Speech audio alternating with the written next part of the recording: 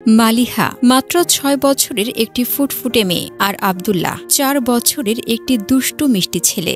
এই দুই ভাই বোনের হাসি আর খুনসুটিতে মুখরিত ছিল গাজীপুরের টঙ্গী আরিচপুরের রূপবান টেক এলাকার একটি ফ্ল্যাট। কিন্তু ২০২৫ সালের ১৮ এপ্রিল শুক্রবার বিকেলের এক নিষ্ঠুর মুহূর্তে তাদের হাসি চিরতরে থেমে যায়। টঙ্গীর সানোয়ার মিয়ার ৮তলা ভবনের ৩য় তলার ফ্ল্যাট থেকে পুলিশ উদ্ধার করে মালিহা ও আব্দুল্লাহর রক্তাক্ত লাশ। ধারালো অস্ত্রের আঘাতে তাদের ছোট দেহগুলো নিথর হয়ে পড়েছিল মেঝেতে। শুক্রবার ১৮ এপ্রিল দুপুরে মালিহা ও আব্দুল্লাহ তাদের বাবা মা আর দাদির সঙ্গে একসাথে খাবার খায়। খাওয়ার পর তাদের মা সালেহা বেগম ঘুমের ওষুধ খেয়ে একটি কক্ষে ঘুমিয়ে পড়েন। সালেহা দীর্ঘদিন ধরে স্বাস্থ্যগত সমস্যায় ভুগছিলেন এবং ডাক্তারের পরামর্শে তিনি ঘুমের ঔষধ খেতেন। ডাক্তার বলেছিলেন তার জন্য বেশি ঘুম শারীরিক ও মানসিক স্বাস্থ্যের জন্য উপকারী। তাই সেদিনও তিনি গভীর ঘুমে আচ্ছন্ন ছিলেন। এদিকে শিশুদের দাদি উপরতলার একটি ফ্ল্যাটে বেড়াতে যান আর বাবা আব্দুল বাতেন মালিহা ও আব্দুল্লাহকে ঘরে রেখে বাইরে চলে যান। ফ্ল্যাটে তখন কেবল ২ শিশু আর ঘুমন্ত মা।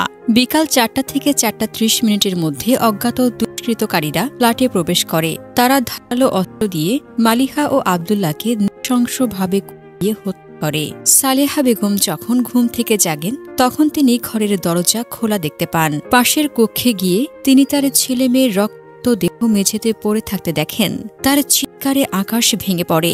সেই চিৎকার শুনে দাদি উপরতলা থেকে ছুটে আসেন এবং শিশু দুটির বাবা বাতেনকে খবর দেন।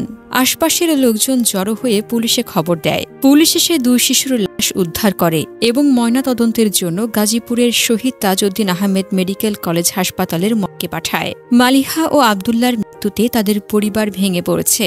আব্দুল বাতেন এবং সালেহা বেগম তাদের একমাত্র ২ সন্তানকে হারিয়েছেন। বাতেন যখন ফ্ল্যাটে ফিরে এলেন তখন তার চোখের সামনে ছিল তার স্বপ্নের ধ্বংসস্তূপ। তিনি কেবল মাথায় হাত দিয়ে বসে কাঁদছিলেন।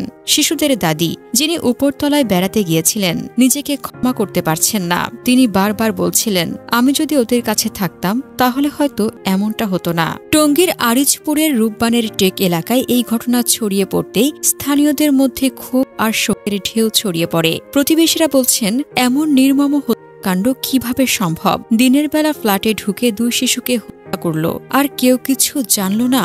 অনেকে এই ঘটনাকে এলাকার নিরাপত্তা ব্যবস্থার ব্যর্থতা হিসেবে দেখছেন। পরিবারের ধারণা, বিকেল ৪টা থেকে ৪টা ৩০ মিনিটের মধ্যে দুষ্কৃতকারীরা ফ্ল্যাটে ঢুকে এই হত্যাকাণ্ড ঘটিয়েছে। কিন্তু কারা এই নৃশংস কাজ করল?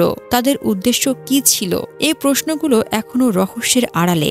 এই ঘটনা থেকে আমাদের কিছু সতর্কতা মেনে চলা উচিত। ফ্ল্যাট বা বাড়িতে নিরাপদ তালা, সিসিটিভি ক্যামেরা এবং দারোয়ান নিয়োগ করা যেতে পারে। অপরিচিত কাউকে সহজে প্রবেশের সুযোগ দেওয়া উচিত নয়। শিশুদের একা রেখে বাইরে যাওয়ার সময় তাদের নিরাপত্তা নিশ্চিত করুন। প্রতিবেশী বা বিশ্বস্ত কাউকে দায়িত্ব দিন। প্রতিবেশীদের সঙ্গে ভালো সম্পর্ক রাখুন এবং অস্বাভাবিক কিছু দেখলে তাৎক্ষণিক পুলিশে খবর দিন। পরিবারের কোনো সদস্য যদি মানসিক বা শারীরিক সমস্যায় ভোগেন, তাদের জন্য উপযুক্ত চিকিৎসা ও সমর্থন নিশ্চিত করুন। সমাজে নিরাপত্তা সচেতনতা বাড়াতে স্থানীয় প্রশাসন ও কমিউনিটির উদ্যোগে প্রচারণা চালানো যেতে পারে।